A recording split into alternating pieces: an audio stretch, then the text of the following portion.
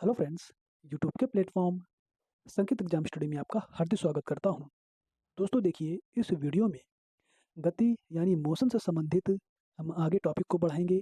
जैसा कि पिछले वीडियो में हमने गति को देखा था, गति के प्रकार देखे थे और इसके उदाहरण देखे थे, है ना दोस्तों। बहुत ही इंपॉर्टेंट वो वीडियो थी, आप ज़रूर इस वीडियो को वॉच करिए।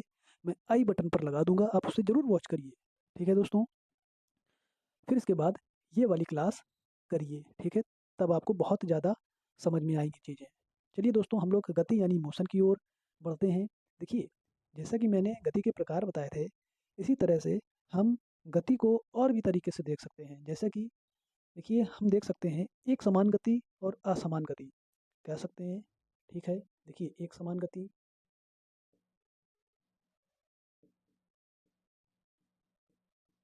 और असमान गति, इस तरह से हम गतियों को देख सकते हैं। एक समान गति को हम कह देते हैं यूनिफॉर्म मोशन, ठीक है, यूनिफॉर्म मोशन। और इसके बाद असमान गति नॉन यूनिफॉर्म, ठीक है, नॉन यूनिफॉर्म मोशन, ठीक है, नॉन यूनिफॉर्म मोशन, इस तरह से आप देखेंगे, ठीक है। अच्छा, एक समान गति क्या है? देखिए, सीधी सी आप बात समझ लीजिए कि बराबर समय में बराबर दूरी को तय करना एक समान गति होती है, ठीक है। बात समझिएगा, यानी कि एक तरह से कांस्टेंट चलते ही रहना एक समान गति होती है। बराबर समय में बराबर दूरी को तय करना एक समान गति कहलाती है, ठीक है। जैसे कि उदाहरण में हम देख लेंगे, क्या हो जाएगा कि एक समान गति में किसी बाहरी बल की नीड नहीं होती। देखिए, जब हम एक समान गति कर रहे होते हैं तो कोई भी बाहरी बल की नीड नहीं होती है, ठीक है। इस पर ये बात बहुत अच्छे से लागू होती है। ये एग्जाम्पल नहीं है, एग्जाम्पल ये नहीं है, बिल्कुल ध्यान से समझिएगा, ये एग्जाम्पल नहीं है। ये यूनिफॉर्म मोशन को मैं समझा रहा हूँ कि यूनिफॉर्म मोशन जो है इस बात से पूर्णतः संबंधित होती है कि एक समान गति से एक समान गति में किसी बाहरी बल की नीड नहीं होती है ना। अगर देखिए, बाहरी बल अगर मिल जाता है ना, या तो उसकी गति जो है बढ़ जाएगी या कम हो जाएगी, है ना, या उसकी दिशा में परिवर्तन हो जाएगा, है ना, या उसकी दिशा में परिवर्तन हो जाएगा अगर उसका यदि उस पर कोई बाह्य बल लगाया जाए तब। हालांकि ऐसा नहीं है, हम क्या कर देख रहे हैं, यूनिफॉर्म मोशन, ठीक है। तो लिख लेंगे, बराबर समय में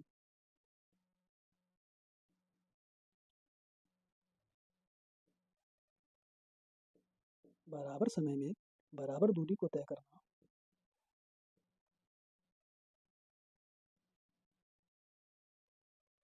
बराबर समय में बराबर दूरी को तय करना, ठीक है, क्या कहलाता है, एक समान गति कहलाती है।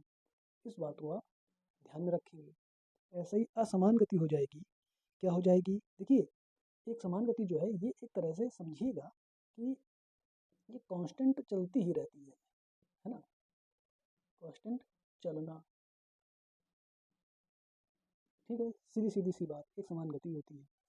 असमान गति में क्या है कि समान दूरी को असमान देखिए, समान दूरी को असमान समय में तय करना।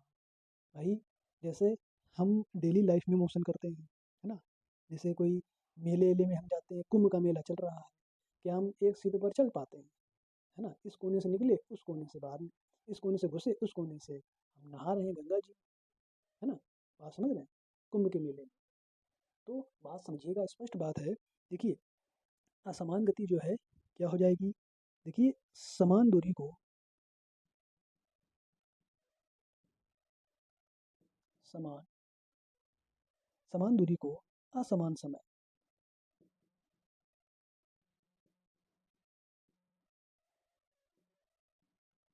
असमान समय में तय करना, असमय में असमान समय में तय करना, है ना, क्या हो जाएगा, असमान गति नॉन यूनिफॉर्म मोशन, ठीक है। बात समझ रहे होंगे। जैसे भाई, हम एग्जाम्पल के तौर पर देख लेंगे, डेली लाइफ के मोशन देखते हैं, डेली लाइफ मोशन, क्या कहते हैं, जिग जैग मोशन में हम जा रहे हैं, है ना, भीड़ भाड़ वाले क्षेत्रों में। तो ये देखिए, ये गति के हम ये प्रकार भी देख सकते हैं, एक यूनिफॉर्म मोशन है, नॉन यूनिफॉर्म मोशन। समझ में आ रही होंगी बातें। चलिए आगे देखते हैं। देखिए गति, देखिए हम एक बात और इम्पोर्टेंट समझ लेते हैं कि विमाओं के आधार पर गति के प्रकार, है ना, ये भी चलिए ये देख लेते हैं। हो जाएगा 1D, है ना, 1D यानी वन डायमेंशनल, बिल्कुल स्पष्ट बात है। वन डायमेंशनल, है ना दोस्तों, वन डायमेंशनल। ठीक है, one dimensional motion.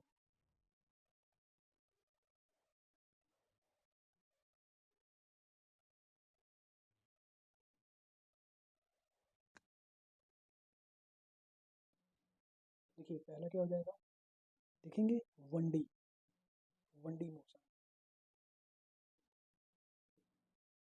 1D motion कह दें या वन डायमेंशनल, है ना दोस्तों, वन डायमेंशनल,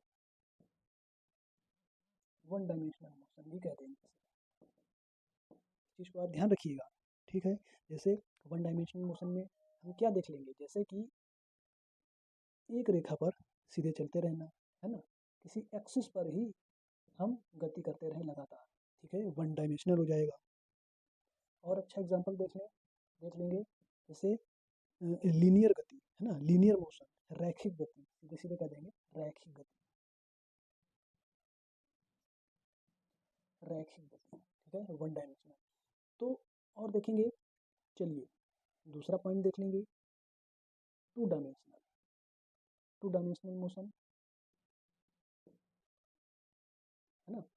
तो टू डायमेंशनल मोशन में हमेशा याद रखिए, देखिए उसमें एक्स एक्सिस और वाई एक्सिस आपको प्रेजेंट मिलेंगे। ठीक है, प्रेजेंट होंगे। ठीक है, उस मोशन में, 2D मोशन में एक्स एक्सिस और वाई एक्सिस आपको प्रेजेंट होंगे। ठीक है, तो ये जो 2D मोशन होती है, टू डायमेंशनल मोशन होती है, किसमें होगी, हमेशा वृत्तीय पथ पर जो चीज़ गति करेगी, यानी कि बिंदु के चारों ओर जो गति करेगी वही क्या कहलाएगी, 2D। ठीक है, 2D मोशन कहलाएगी, यानी कि वृत्तीय गति करता हुआ, वृत्तीय गति, वृत्तीय गति 2D मोशन कहलाती है। ठीक है, और इसके अलावा हम परवलयाकार, यानी कि कोई वस्तु है, कोई व्यक्ति है, उस वस्तु को फेंकता है, ऐसे फेंका उसने, और एक मैक्सिमम ऊंचाई तक जा करके वो फिर से नीचे गिरेगी, है ना, फिर से नीचे गिरेगी। तो ये जो है, ये भी जो है, यहाँ आई, यहाँ से फिर ये गिर जाएगी। तो ये क्या है, ये भी, ये जो पाथ बन रहा है परवलयाकार, परवलयाकार, है ना, परवलयाकार, ये भी 2D मोशन होती है। आप इसे याद रखेंगे, इसे हम प्रोजेक्टाइल मोशन कहते हैं ना, प्रोजेक्टाइल मोशन, प्रोजेक्टाइल मोशन याद रखेंगे। चलिए ठीक है, अब नेक्स्ट पेज में हम देखेंगे 3 डायमेंशनल। ठीक है, 3 डायमेंशनल मोशन, इतना आपको समझ में आ रहा होगा। चलिए ठीक है, चलिए आइए देखेंगे 3 डायमेंशनल मोशन। अब इसमें क्या होगा, ये भी इंपॉर्टेंट है, यहाँ से प्रश्न आपसे मिल सकते हैं। देखिए ध्यान से समझिएगा। देखिए इसमें हमको क्या एक्सेस मिलेंगे, क्या मिलेंगे, देखिए ध्यान से बिल्कुल देखेंगे, X axis, Y axis and Z axis मिलेंगे। ठीक है, X axis, Y axis and Z axis मिलेंगे। ठीक है, अच्छा ये क्या व्यक्त करता है ग्राफ, चलिए देखेंगे, ये एक्सिस क्या व्यक्त कर रहे हैं। देखिए एग्जाम्पल में हम देख लेंगे, क्या हो जाएंगे, देखिए उड़ते हुए सभी प्रकार के पक्षी जो हैं, उड़ते हुए, उड़ते पक्षी जो हैं, ये 3D का उदाहरण होते हैं। ठीक है, उड़ती पतंगे, उड़ती पतंगे 3D का उदाहरण है ना। उड़ता हुआ हवाई जहाज, उड़ता हवाई जहाज, ये 3D मोशन का उदाहरण है ना, 3 डायमेंशनल मोशन का उदाहरण है। बात समझ रहे होंगे। देखिए एक बात स्पष्ट समझ लीजिए, थ्री डायमेंशनल मोशन के लिए कि हवा में जितनी भी उड़ती हुई चीज़ें होंगी ना, वो 3D का एग्जाम्पल होंगी ना दोस्तों। ये नोट पॉइंट में बना करके लिख लेंगे, नोट पॉइंट में हम बना के लिख लेंगे कि हवा में उड़ती हुई, हवा में उड़ती हुई, हवा में उड़ती हुई चीज़ें 3D का, 3D मोशन का उदाहरण है, 3D मोशन का उदाहरण है। ठीक है, बात समझ रहे हैं? 3D मोशन का उदाहरण है, उदाहरण होगा। इसे आप याद रखेंगे, है ना दोस्तों। देखिए, और स्पष्ट मैं समझा दे रहा हूँ। देखिए, जैसे कोई पक्षी है ना। अब वो पक्षी क्या करता है, देखिए यहाँ पर पक्षी है। अब वो पक्षी देखिए, वो x x x x axis पर भी जा सकता है, वो वाई एक्सिस पर जा सकता है, फिर जेड एक्सिस पर जा सकता है। हालांकि ये अलग अलग तरीके से मैं दिखा रहा हूँ। चलिए आइए देखते हैं। ये हमारा पक्षी है, हो सकता है वो सबसे पहले ऊपर की ओर चला जाए, है ना। हो सकता है फिर वो आगे की ओर आ जाए, है ना। बात समझ रहे हैं, है ना। हो सकता है वो फिर से इस तरह से आ सकता है ना। चलिए एक बार और देख लेते हैं। जैसे ये कोई पक्षी है, चलिए पतंग उड़ रही है जैसे, है ना। पतंग उड़ रही है, ये पक्षी समझ लीजिए। अब देखिए ये पक्षी जो है, हो सकता है ये यहाँ से यहाँ आ जाए, है ना। अब यहीं से हो सकता है ये ऊपर की ओर उठ जाए, हो सकता है ये पक्षी इधर की ओर चला जाए, है ना कहीं 3D मोशन दिखा रहा है, उड़ती हुई चीज़। बात समझ रहे होंगे। चलिए, ये बात आपको समझ में आई होगी, उम्मीद करता हूँ। देखिए, और एक चीज़ मैं छोटी सी चीज़ बता दे रहा हूँ, इंपॉर्टेंट है, वो नोट पॉइंट में लिखेंगे। एक और नोट पॉइंट बनाएंगे। चलिए, एक और नोट पॉइंट बनाएंगे, सीधे आपकी परीक्षा में पूछा जा सकता है। चलिए, पेपर वाला नोट पॉइंट है ये, पेपर में छपने वाला नोट पॉइंट। कैसे, देखिए लिखेंगे, सतह पर कीटों का रेंगना किस किस डायमेंशनल का ये उदाहरण है। तो ये 2 डायमेंशनल मोशन का उदाहरण है। सतह पर, सतह पर कीटों का रेंगना, है ना। सतह पर कीटों का रेंगना, ये 2D मोशन का उदाहरण है, मोशन का उदाहरण है, 2D मोशन का उदाहरण है। स्पष्ट है बात, ठीक है। देखिए कैसे, ये हम देख रहे हैं, ये कॉकरोच है, ठीक है, ज़मीन पर बैठा है, ठीक है। उसे आहट मिली, वो भागा, वो इधर जा सकता है ना, ठीक है। हो सकता है वो फिर से इधर को, हो सकता है वो फिर से इधर को जा सकता है। कहीं ना कहीं वो सिर्फ 2 डायरेक्शन में ही जा पाएगा, ठीक है, वो 2 डायरेक्शन में ही जा पाएगा। जबकि पक्षी क्या करते थे, पक्षी क्या करते थे, देखिए जैसा कि ये पक्षी है ना। पक्षी क्या करते थे, ये हो सकता है यहाँ जा सकता था, है ना, नीचे आ सकता था, हो सकता है वो गहराई में अंदर की ओर वहाँ भी जा सकता था, है ना। बात समझ रहे होंगे, स्पष्ट है बात। तो कहीं ना कहीं 3D मोशन करते हुए नजर आ रहे होंगे। अच्छा, ये जो है कुछ एरो हमने छोटा बनाया, यानी कि वो गहराई के अंदर जा रहा है ना। बात समझ रहे हैं, ये एरो कुछ छोटा बना है, इसका मतलब वो गहराई के अंदर जा रहा है, ठीक है। चलिए, ये बातें हैं, कहीं ना कहीं आपको समझ में आ रही होंगी। चलिए, तो ये आप नोट पॉइंट बना के आप लिख लेंगे, काफ़ी इंपॉर्टेंट होते हैं ये पॉइंट। परीक्षा में आपको सीधे तौर पर आपको छपने में मिलेंगे, छपे हुए प्रश्न आपको यहाँ से मिल सकते हैं। चलिए दोस्तों, अब हम दूरी एवं विस्थापन के विषय में देखेंगे। डिस्टेंट एंड डिस्प्लेसमेंट बहुत इंपॉर्टेंट टॉपिक है, जरूर ध्यान से देखेंगे। दूरी, दूरी एवं, दूरी एवं विस्थापन, ठीक है, विस्थापन। सीधी सीधी सी बात है, डिस्टेंस एंड डिस्प्लेसमेंट,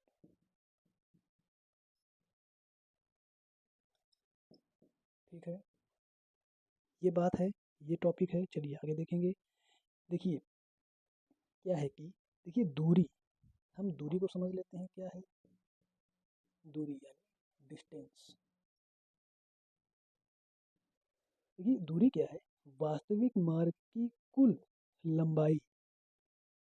जितनी भी हम वास्तविक मार्ग पे चलते हैं वो हमारी पूरी कुल दूरी कहलाती है। सीधे सीधे हम पॉइंट लिख लेंगे, वास्तविक दूरी की लंबाई, है ना, लंबाई। बात समझ रहे होंगे, दूरी कहलाती है। कैसे, देखिए हम ए स्थान पर हैं, अब वह चलते चलते, यह स्थान, कोई व्यक्ति है चलते चलते क्या है कि वो आ जाता है कहाँ पर, बी स्थान पर। ठीक है, इस तरह से चलते चलते तरह तरह के मोड़ लेते हुए, रुकते हुए, है ना, यहाँ स्टॉप ले रहा है, यहाँ स्टॉप ले रहा है। ठीक, इस तरह से वो जितनी भी, वो अपनी वास्तविक दूरी चलेगा, वो अपनी जितनी भी दूरी चलेगा वो उसकी वास्तविक दूरी कहलाएगी, जितनी भी लंबाई चलेगा वो उसकी वास्तविक दूरी कहलाएगी। ठीक है, ये बात समझ में आ रही होगी। ऐसे ही देखिए एक होता है विस्थापन। विस्थापन को भी समझ लेंगे। विस्थापन यानी डिस्प्लेसमेंट। डिस्प्लेसमेंट, ठीक है, चलिए देखेंगे क्या है डिस्प्लेसमेंट। देखिए बहुत अच्छी बात है कि प्रारंभिक व अंतिम बिंदु के बीच की न्यूनतम दूरी जो है हम विस्थापन कहते हैं। देखिए लिखेंगे, प्रारंभिक, है ना दोस्तों, प्रारंभिक व अंतिम बिंदु के बीच, अंतिम बिंदु के बीच, बीच की न्यूनतम दूरी। ठीक है, न्यूनतम दूरी या लंबाई क्या कहलाएगी, हमारी विस्थापन कहलाएगा। दूरी, है ना, विस्थापन कहलाती है। ठीक है, ये बात समझ में आई। देखिए विस्थापन को हम एस, कैपिटल एस से डिनोट करते हैं, याद रखेंगे। चलिए आगे देखेंगे। देखिए हम कैसे विस्थापन को हम तय करते हैं, कैसे हम निकालते हैं। चलिए अगले पेज पर देखेंगे।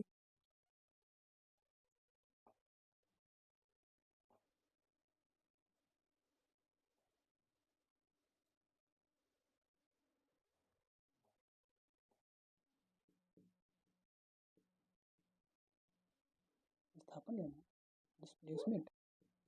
चलिए देखेंगे कैसे। देखिए जब हम ए बिंदु पर, कोई हमारा एक ए बिंदु है, ध्यान से समझेंगे। ठीक है, वो ए बिंदु से क्या करता है, जाता है बी पर। ठीक है, बी पर जाता है। अब वह व्यक्ति बी बिंदु से सी की तरफ चलता है। ठीक है, सी बिंदु पर पहुंचता है ना। बात समझ रहे होंगे, ये बिल्कुल लंबवत होनी चाहिए, है ना, इस तरह से वह सी पर पहुंचता है। अब इस दौरान बताइए उस व्यक्ति का विस्थापन क्या होगा, है ना, उस व्यक्ति का इस दौरान विस्थापन क्या होगा। तो हमने क्या लिखाया था, न्यूनतम दूरी प्रारंभिक बिंदु से, प्रारंभिक बिंदु व अंतिम दूरी, प्रारंभिक बिंदु व अंतिम बिंदु के बीच की न्यूनतम दूरी जो है विस्थापन कहलाती है। तो देखिए इसके और इसके बीच की न्यूनतम दूरी यही तो होगी, है ना, यही तो होगी दूरी, यही विस्थापन कहलाएगा। यानी कि सी ए जो है या ए सी है, यही विस्थापन होगा। ठीक है, उदाहरण के लिए हम देख लेते हैं, क्या है कि ये लंबवत होता है। एक व्यक्ति ए स्थान से बी स्थान तक जाता है, कितना जाता है वो, कितना, देखिए जाता है 10 किलोमीटर। ठीक है, और बी से सी तक जाता है वह कितना, देखिए जाता है 6 किलोमीटर, है ना। चलिए, हाँ, चलिए इस तरह से देख लेते हैं। हाँ, फिर से 10 किलोमीटर, ठीक, ऐसे कर लें, कोई दिक्कत नहीं है। अब इस दौरान उस व्यक्ति का विस्थापन क्या होगा, तुरंत दिमाग लगाएंगे। सबसे न्यूनतम दूरी प्रारंभिक बिंदु से, यही तो है इसका प्रारंभिक बिंदु। ठीक है, प्रारंभिक बिंदु से अंतिम दूरी, अंतिम बिंदु के बीच की न्यूनतम दूरी विस्थापन कहलाती है। अब देखिए यहाँ कहीं ना कहीं पाइथागोरस पढ़ने लग रही है ना। तो देखिए यहाँ पर हम सीधा सीधा लिखेंगे ए की कुल दूरी कितनी हो जाएगी, यानी व्यक्ति की कुल दूरी कितनी हो जाएगी, है ना, व्यक्ति की कुल दूरी कितनी हो जाएगी, कुल दूरी देखिए कितनी हो जाएगी, क्या पूछ रहा है, सिर्फ व्यक्ति कितना चला, ए से बी चला, बी से सी चला, बस इतना ही तो चला, वापस तो आया नहीं अभी, है ना। ठीक है, तो कुल दूरी हो जाएगी 10 + 10 यानी 20 किलोमीटर। 1 किलोमीटर में है ना, 1 किलोमीटर। बात समझ गए। चलिए अब हम आगे देखेंगे। देखिए क्या है, अब कह रहा है उस व्यक्ति का विस्थापन क्या होगा। देखिए विस्थापन क्या हो जाएगा, यानी कैपिटल एस। अब यहाँ पर हम लगा देंगे इस त्रिभुज में, देखिए पाइथागोरस प्रमेय लगाइए, तो पाइथागोरस प्रमेय से, पाइथागोरस प्रमेय से बात आप जानते होंगे स्पष्ट रूप से। देखिए पाइथागोरस प्रमेय क्या लग जाएगी, ए बी, है ना भाई, कर्ण का स्क्वायर बराबर लंब का स्क्वायर प्लस आधार का स्क्वायर। तो हम देखिए कर्ण ये क्या मिल रहा है, ए सी स्क्वायर, है ना, बराबर A B square plus B C square, यही तो मिल रहा है। अब ए सी क्या है, यही तो हमारा विस्थापन एस है, यही तो निकालना है। तो ए सी को हम एस लिख लें, भाई यही तो विस्थापन है। बात समझ रहे होंगे। तो देखिए एस स्क्वायर विस्थापन स्क्वायर हो जाएगा, ए बी कितना है 10 किलोमीटर स्क्वायर, बी सी भी 10 है स्क्वायर, तो कितना हो जाएगा ना दोस्तों, कितना हो जाएगा, देखिए 100 यानी कि 10 का स्क्वायर 100 और इसका स्क्वायर यानी 200। ठीक है, अंडर रूट में आ जाएगा और एस ये यहाँ पर आ जाएगा, है ना, इतना विस्थापन वो करेगा व्यक्ति। ठीक है, किलोमीटर, किलोमीटर, इसको अंडर रूट से बाहर निकाल लेंगे, है ना, बाहर कितना आ जाएगा, देखिए एस बराबर कितना हो जाएगा, और इसको सॉल्व कर लीजिए, कितना हो जाएगा 10√2, है ना, 10√2 किलोमीटर। इस तरह से ये आंसर भी हो सकता है। तो देखिए इस तरह से हमने विस्थापन निकाला। बात समझ में आई। वे व्यक्ति था, ये एक व्यक्ति था, व्यक्ति ए से बी जाता है, फिर उतना ही बी से सी जाता है। तो बताइए उसके बीच का विस्थापन क्या होगा, है ना भाई। प्रारंभिक बिंदु और अंतिम बिंदु के बीच की न्यूनतम दूरी जो है विस्थापन कहलाती है, वो हमने निकाल को आपको दिखाया। चलिए दोस्तों आगे बढ़ते हैं। देखिए इसे हम स्केलर क्वांटिटी में दिखाते हैं, याद रखिएगा। चलिए आगे देखेंगे वेक्टर क्वांटिटी में। ठीक है, मतलब कि सीधी सी बात है, विस्थापन जो है नोट पॉइंट में लिख लेंगे, नोट पॉइंट में लिख लेंगे। विस्थापन जो है, ये इंपॉर्टेंट बात है, विस्थापन जो है एक सीधी रेखा में, बात समझ में आ रही होगी ऐसी मैं उम्मीद करता हूँ। ठीक है दोस्तों, देखिए ये इतना मैंने कराया, बहुत इंपॉर्टेंट बातें हैं, जल्दी से इसे नोट कर लीजिए। ठीक है, आगे बढ़ते हैं, पॉइंट समझ लेते हैं। नोट पॉइंट में आप लिख लेंगे, ठीक है, नोट पॉइंट में लिख लेंगे, इंपॉर्टेंट बात है। देखेंगे जैसे दूरी कभी शून्य नहीं है ना, दूरी कभी शून्य नहीं होती है, जबकि विस्थापन शून्य, ऋणात्मक, धनात्मक व दूरी के बराबर हो सकता है। स्पष्ट है बात। देखेंगे दूरी विस्थापन जो है शून्य हो सकता है ना, ऋणात्मक हो सकता है, ठीक, धनात्मक हो सकता है, धनात्मक हो सकता है, बात समझ रहे होंगे, धनात्मक हो सकता है, बात समझ रहे होंगे। देखिए स्पष्ट बात है, दूरी कभी भी शून्य नहीं होती है, जबकि विस्थापन शून्य हो सकता है, ऋणात्मक हो सकता है, धनात्मक हो सकता है, और देखिए वह इस दूरी के भी बराबर हो सकती है। ठीक है, वह दूरी के भी बराबर हो सकती है, दूरी के बराबर हो सकती है, या दूरी के समान हो सकती है। ये कितना डिफरेंस है विस्थापन और दूरी में, स्पष्ट बात पता चल रही होगी। यहाँ से प्रश्न पूछे जाते हैं। ठीक है, चलिए अगला पॉइंट देखेंगे। देखिए विस्थापन क्या है, देखिए क्या है कि जब कोई वस्तु जो है एक सीधी रेखा में गति की दूरी और विस्थापन एक समान होता है। भाई स्पष्ट बात से समझ लीजिए कि एक सीधी रेखा में गति की दूरी जो है और विस्थापन एक समान होता है, बात वही होगी ना, जैसा कि मैंने अभी पॉइंट में लिखा कि दूरी के भी बराबर हो सकती है ना, क्या विस्थापन। विस्थापन जो है दूरी के बराबर हो सकती है, बस बात खत्म। ठीक है, इस बात को आप जानते रहेंगे। ठीक है, चलिए आगे देखेंगे। देखिए हम इस तरह से भी दिखा सकते हैं, जैसे डिस्टेंस। डिस्टेंस देखिए इस तरह से भी हम दिखा डिस्टेंस बड़ा भी है, बराबर भी हो सकता है डिस्प्लेसमेंट से। डिस्प्लेसमेंट, ठीक है। डिस्टेंस, डिस्टेंस यानी दूरी, डिस्टेंस यानी दूरी और ये विस्थापन।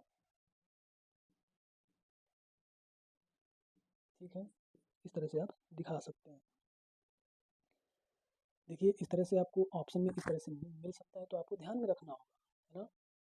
और देखिए हम इसे इस तरह से भी तो दिखा सकते हैं भाई, दूरी बटे विस्थापन। दूरी बटे